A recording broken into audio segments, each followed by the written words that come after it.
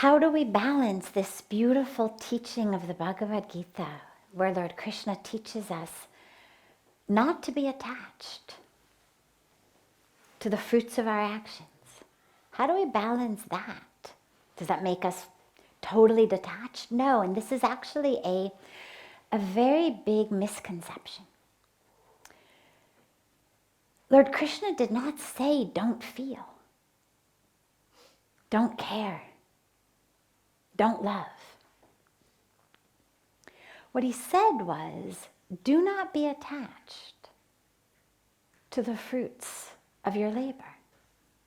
Now, why? Because we have no control over it. It's actually very, very simple. We have no control over the fruits of our labor. Therefore, if I'm attached to it, sometimes it's going to go my way, I'm going to be happy. Sometimes it's not going to go my way, I'm going to be miserable. I'm going to become like, maybe instead of the ball in the pinball machine, I'll be like a ball in a ping pong game, right? I go back and forth, happy, sad, happy, sad, happy, sad. Or a wave of the ocean.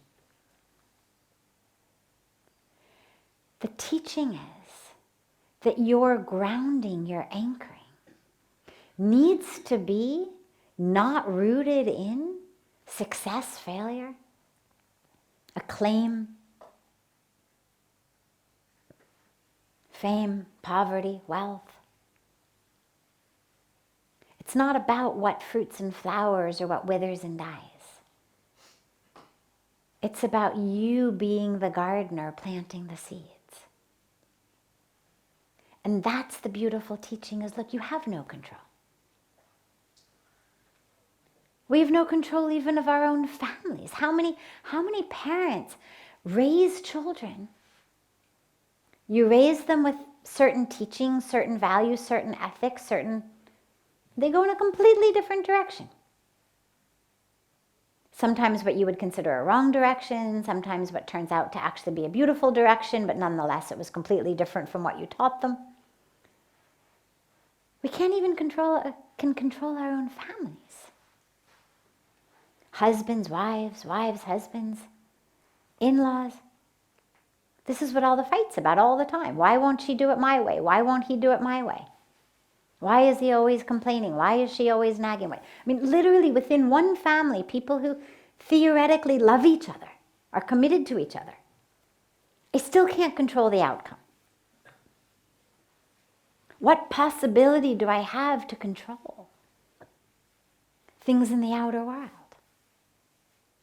You write a report, you write a proposal, you submit it. What kind of guarantee or control do you possibly have over whether it's accepted or not? Zero. You plant a seed, what control do you have of whether it sprouts? Zero. Even if it's in the best soil, the right sun, the right rain, zero control. And so the teaching is, do not allow that sense within yourself, your joy, your peace, your connection,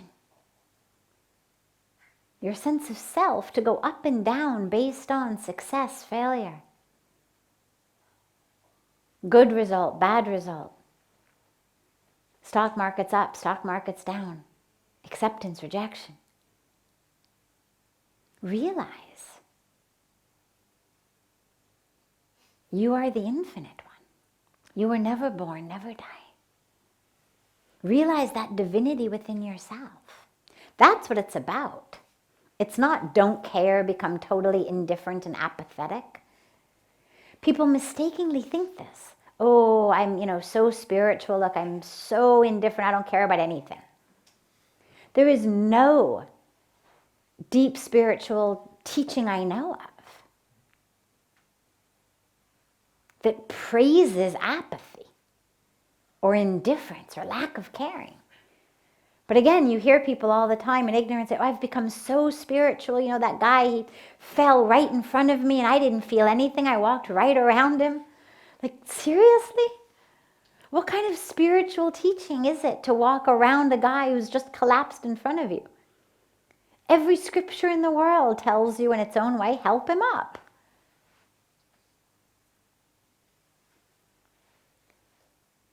So it's not about not caring. It's about after I do my action, what comes of it? That I have no control. And so yes, we love fully. With all of our beings we love. But we love without any sense of control. Because I know no matter how much I love you, I cannot control you any more than I can control the sprouting of a seed. And interestingly, that actually opens us up to the freedom of being able to really love. Because if I need you to act a certain way, speak a certain way, dress a certain way, in order for me to love you, then my love is contingent upon all of those things.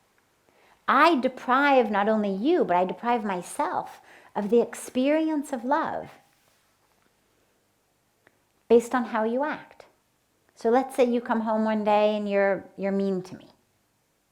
Okay, so that hurt. That was not fun.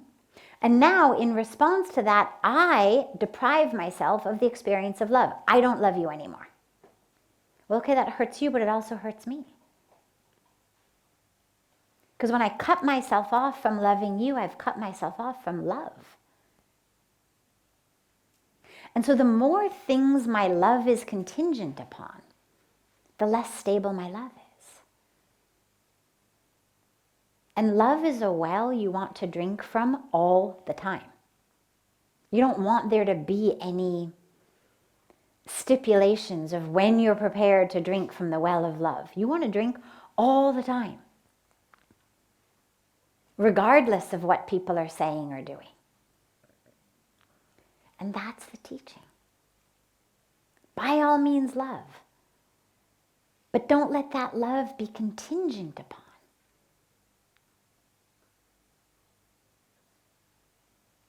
what they do, what they say. You don't want to get stuck in emotions. And love, by the way, I wouldn't call love an emotion if it's real. Love is an energy. It's an energy of life. Tap into the experience of love that is an energy rather than an emotion, because an emotion goes up and down. And yeah, the teaching of the Gita is about being stable. Because that which goes up has to come down. And so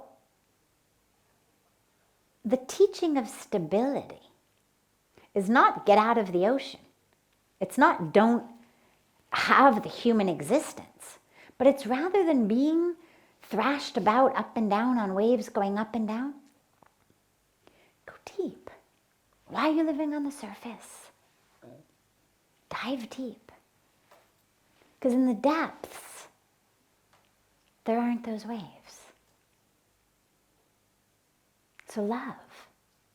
But love from a place that doesn't go up and down.